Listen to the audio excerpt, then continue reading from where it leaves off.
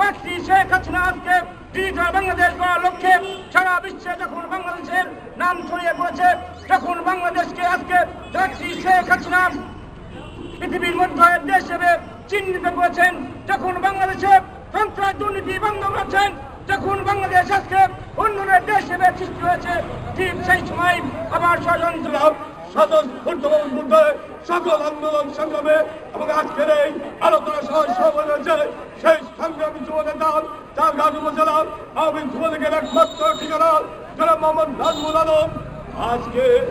এই আলোচনা সভা এবং প্রতিষ্ঠা মাসিক উপলক্ষে যে আলোচনা সভা যাচ্ছে, এই আলোচনা সভায় বিশেষ অতিথির আসন অলঙ্কৃত করেছে বাংলাদেশ আওয়ামী লীগ চারঘাট মনে করি। এবং আজকের এই আলোচনা সভার